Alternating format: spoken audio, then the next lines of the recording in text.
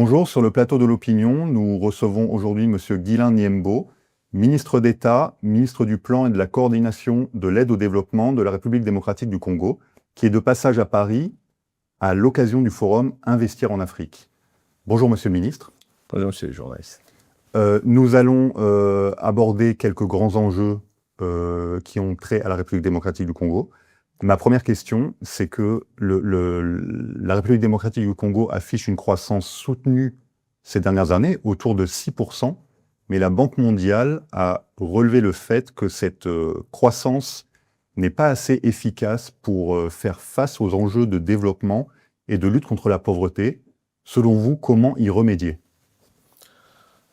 La question de la croissance pour la République démocratique du Congo, déjà c'est une bonne nouvelle qu'on voit que la croissance de notre pays continue à garder, son niveau, pour ne pas dire que nous espérons pour les prochaines années que ça puisse encore aller progresser, parce qu'en réalité nous attendons une croissance par rapport à notre plan national stratégique de développement de 10% pour nous permettre d'atteindre nos objectifs.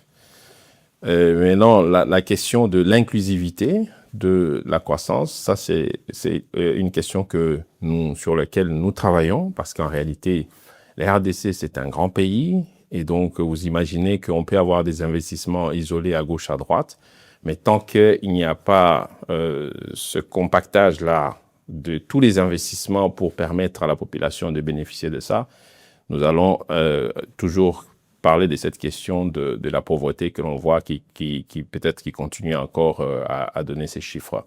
La réalité, c'est que la RDC a une économie qui est tournée vers l'exportation, essentiellement des ressources des matières premières. C'est ce que nous voulons renverser la tendance. Nous travaillons aujourd'hui pour que cette croissance profite à la population locale, donc que nous puissions faire de la transformation locale.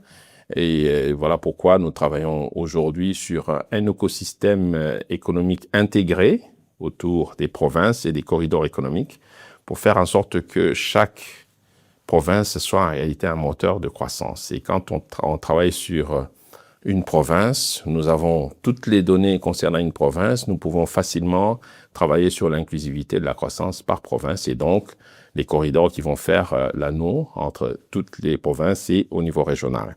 Donc, c'est l'approche que nous sommes en train de développer aujourd'hui. Donc, nous quittons cette approche d'avoir des investissements de manière isolée, mais plutôt de manière intégrée. Et nous avons des très grandes régions, enfin, des provinces qui, parfois, ont des tailles d'un pays. Donc, vous imaginez très bien que vous pouvez beau faire des grands projets. On parlera peut-être d'autres projets ici, Inga, par exemple. Mais aujourd'hui, l'approche a changé, on y reviendra peut-être pour vous expliquer que on travaille en amont déjà pour permettre à ce que le projet soit reçu par les communautés. Les communautés sont préparées pour ça et ensuite, quand l'investissement arrive, il est facilement absorbé et l'impact sur la population et donc ça nous donne plus de revenus et diminuera en ce cas-là la pauvreté dans l'environnement. Alors, la République démocratique du Congo fait aussi face à un déficit d'infrastructures. Il y a eu un certain nombre d'annonces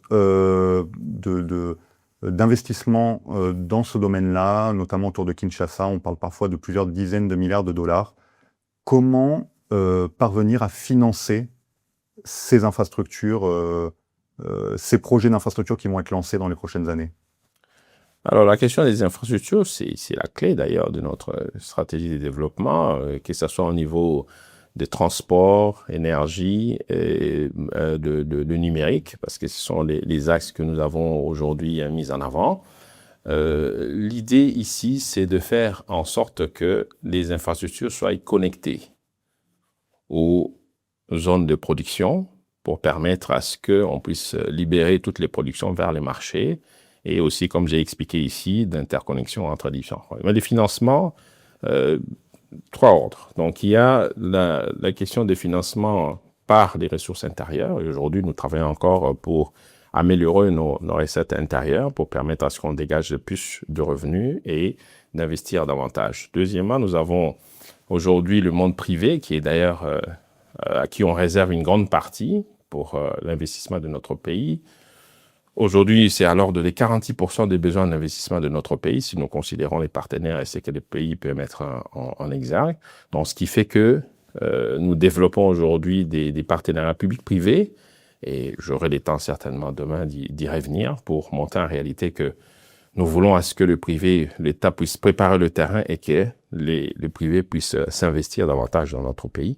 Et donc, il y a aussi donc les financements innovants dans notre pays. On parle de financement par carbone et ainsi de suite. Donc, tout ça, ce sont des stratégies qui sont en train d'être mises en place pour permettre au pays de pouvoir recueillir le plus de financement possible parce que les investissements, les infrastructures que nous avons sont des grandes tailles et il faut des grands investissements et plutôt des grands financements pour soutenir les efforts des investissements dans le pays. Très bien. Alors par ailleurs, la RDC s'apprête à mener son premier recensement depuis 42 ans. Le dernier date de 1984. En quoi ce recensement peut être utile dans la politique de développement du pays? Mais les données, on le sait, c'est la clé. C'est la clé du développement d'un pays, avoir de la précision sur ce que nous voulons faire. La planification, évidemment qu'on utilise aujourd'hui les données que nous avons disponibles, mais la précision, c'est quelque chose de très important. Et aujourd'hui, le recensement vient justement combler ces grands trous que le président de la République, Félix-Antoine Tshisekedi Tshilombo, depuis son arrivée en 2019, voulait déjà se lancer dans ça, mais malheureusement, les contextes n'ont pas permis. Mais aujourd'hui, nous repartons parce que nous savons très bien que nous avons besoin, quand on parle des infrastructures, le nombre, la précision de la taille, mais il faut qu'on sache dans chaque territoire, dans chaque village, à tous les niveaux, quel nombre de populations que nous avons, quel type de population, quels sont les besoins exacts que nous avons. Aujourd'hui, on construit des écoles dans le cadre du programme de développement local. Il faut savoir, il y a combien d'élèves dans ces villages, il y en a combien dans les besoins en termes d'énergie, quel type de barrage il faut construire dans un territoire. Et tout ça, ça demande des précisions. Voilà pourquoi nous restons dans notre logique. Comme je disais, ce que nous voulons de la précision, nous voulons dire au monde que la RDC précise ses ambitions et il veut que le privé puisse s'intéresser et de tout près. Et donc, nous préparons le terrain à tout ça. Donc, voilà la raison principale de l'organisation des recensements aujourd'hui. Alors, la RDC, évidemment, dispose de ressources très importantes dont l'exploitation est compliquée par les conflits, par des inégalités entre les régions. Mais votre gouvernement a décidé de lancer un programme innovant qui s'appelle Axis, qui repose sur la tokenisation des matières premières, des ressources. Est-ce que vous pouvez en dire plus sur ce programme? Alors, le programme aujourd'hui est au niveau du Fonds social qui, en réalité, a développé ça depuis déjà quelques années. Et nous sommes en phase justement de porter ça au niveau du gouvernement. Donc, il y a des discussions techniques qui sont en train de se passer pour le moment. Cet outil-là est très important. Il rentre dans les cadres du plan national stratégique de développement. Dans notre plan stratégique de développement, nous disons, nous voulons utiliser au maximum nos ressources naturelles pour permettre à ce que nous puissions recevoir plus de revenus et donc financer la diversification de notre économie. Et ça, c'est un outil qui vient à point nommé parce que aujourd'hui, et essentiellement d'ailleurs dans les contrées, parce que nous avons des populations aujourd'hui qui travaillent par exemple dans l'artisanat. D'ailleurs, parfois, il y a parfois des difficultés par rapport aux artisanaux qui sont là. Ici, c'est un instrument qui vient faciliter la tâche. Ça veut dire que les artisanaux vont pouvoir déjà dès l'exploitation, parce qu'ils sont soutenus d'ailleurs par le Fonds social à exploiter, mais leur exploitation est tout de suite récupérée au niveau de la valeur. C'est-à-dire que c'est la transformation de la valeur qu'ils ont dans leur, par exemple, de l'or, qui va être transformé en un token, un jeton numérique. Et ces jetons numériques donnent déjà de la valeur. Donc, il sait exactement ce qu'il a produit.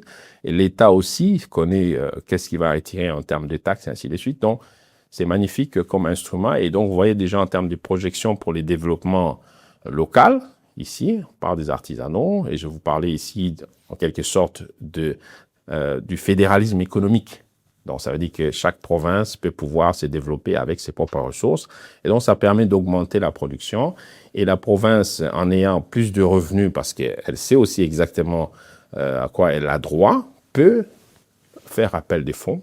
Et donc, avec une bonne planification, on peut faire appel à du financement pour déjà une province. Et vous imaginez que la RDC, toutes les provinces ont des ressources naturelles en abondance. Et donc, ça nous permet en réalité d'accélérer notre développement et de manière décentralisée, j'allais dire. Donc, voilà l'importance de cet outil qui arrive à point nommé. Et donc, l'innovation, comme on dit aujourd'hui, nous permettra d'aller vite dans notre processus de développement parce que nous avons l'horizon de 2050 aujourd'hui que nous projetons pour un pays développé. Mais voilà, ça paraît long, mais en même temps, c'est court. Donc, ce sont des stratégies que nous mettons en place et donc l'outil est bienvenu pour nous accompagner en tout cas.